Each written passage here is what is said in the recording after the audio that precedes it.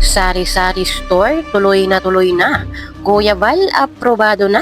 At magulang ni Viancy, labis itong ikinatuwa. At Viancy, excited na. Happy, present sa graduation ni wifey. Yan po ang ating alamin at pag-uusapan ngayong araw. Pero bago po ang lahat, mega love shoutout sa lahat ng ating listeners, viewers, and subscribers saan mang sulok ng mundo, Mapaluzon, Visayas at Mindanao. Lalong-lalo na po sa ating mga kababayang OFW. Kamusta po kayo mga kalingap? Mabuhay po kayo hanggat gusto nyo. At kung bago ka pa lang sa aking munting YouTube channel, huwag ka nang mahiyang mag-subscribe, like, share, and comment. Huwag mo na rin kalimutang i-click ang notification bell nang sa ganon ay updated ka sa aking mga paparating na video. At syempre, patuloy po nating suportahan si Kalingap Rab at ang ating ama ng Kalingap, ang nag-iisang founder, si Kuya Val Santos Matubang. Kung maaari po ay no skip ads nang sa ganon ay mas marami pa tayong malingap na nangangailangan. At konting paunawa po kung maaari ay tapusin mo muna ang kabuoang video nang sa ganon ay akma ang inyong mga komento. At yun na nga po mga kalingap, kung natatandaan nga po natin ay medyo hindi nagsang-ayon si Kuya Val doon po sa tindahan na itatayo doon sa harapan ng bahay ni Viancy sa kadahilan ng matatakpan yung bahay. Sayang naman po yung ganda nung mansion kung sakaling matatakpan nga po ito. Sabi nga po ni Kuya Val, kung nagkaroon ng planning ay sana noon pa lang bago po gawin yung bahay ay meron ng planong maayos.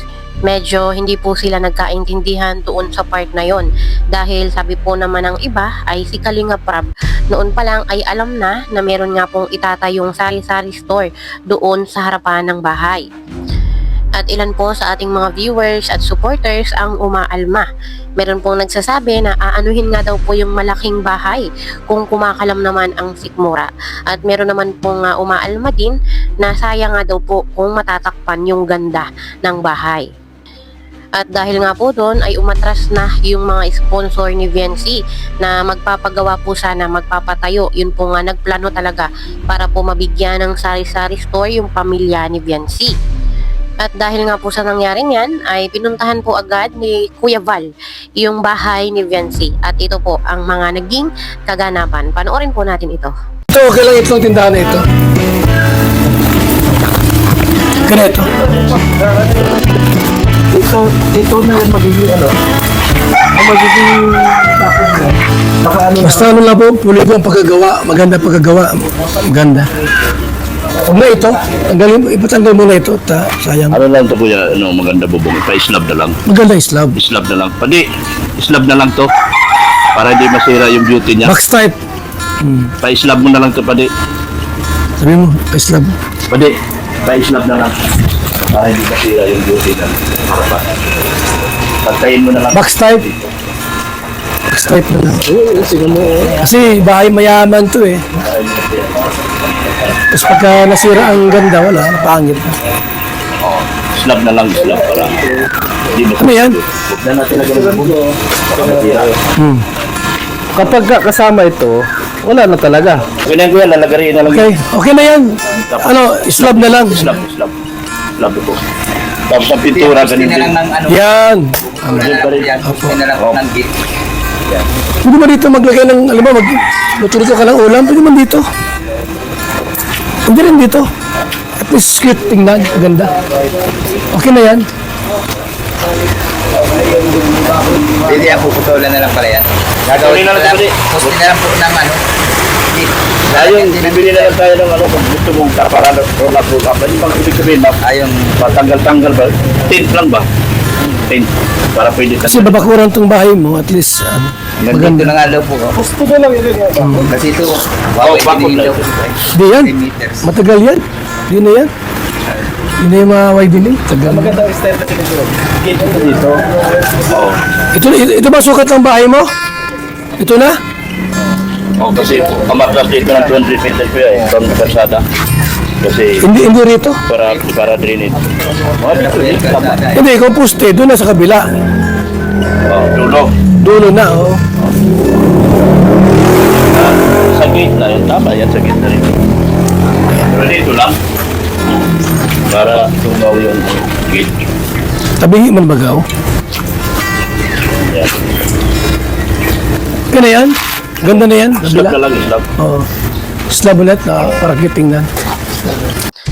Ayun, napanood naman po natin mga kalingap na wala nang problema. Aprobado na po kay Kuya Val yung tindahan doon sa harapan ng bahay ni Viancy.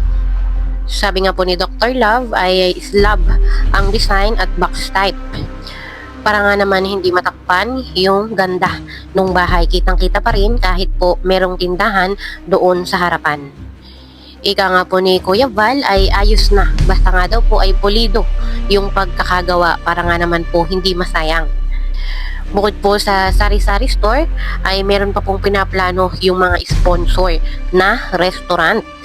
Talagang makikita po natin na willing po talagang tumulong yung mga sponsor para po dito sa pamilya ni Bibi Viancy.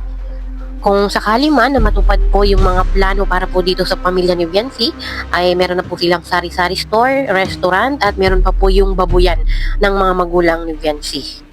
So, ibig sabihin po ay buhay na yung pamilya ni Viancy. Lalo pa po at marami pang mga maliliit na kapatid si Viancy at talagang kailangan pa talaga nila ng mapagkukunan na maayos sa araw-araw. Lalo pa nga po at malaki yung kanilang bahay. Alam naman po natin na pag malaki ang bahay ay malaki din ang bayarin. Sana ay mapagtagumpayan lahat ng mga planong yon nang sa ganon ay maayos na yung takbo ng buhay ni Viancy at ng kanyang pamilya. At alam naman po natin na hindi habang buhay ay naandyan po yung mga sponsor para tumulong. Maganda na rin po yung nag-e-invest din po yung mga magulang ni Viancy. Lalo pa nga po at tulad nga ng sinabi ko kanina ay marami pa pong maliliit na kapatid si Viancy. Kumbaga ay marami pa po silang tatakbuhin. Marami pa po silang pagdadaan ng mga pagsubok at hirap sa buhay. At sa kabilang dako nga po mga kalingap ay nalalapit na ang graduation ng ating Bibi Viancy.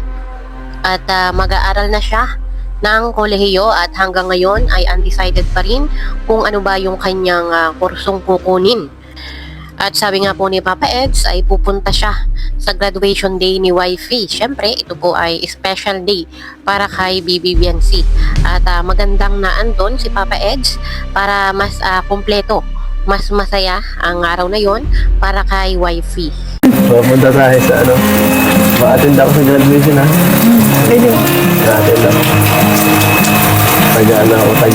Taga-palakpak. Pares tayo tagapalakpak. May honor ka ba? Wala. Ha?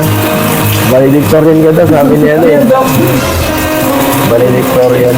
Tagapalakpak lang po.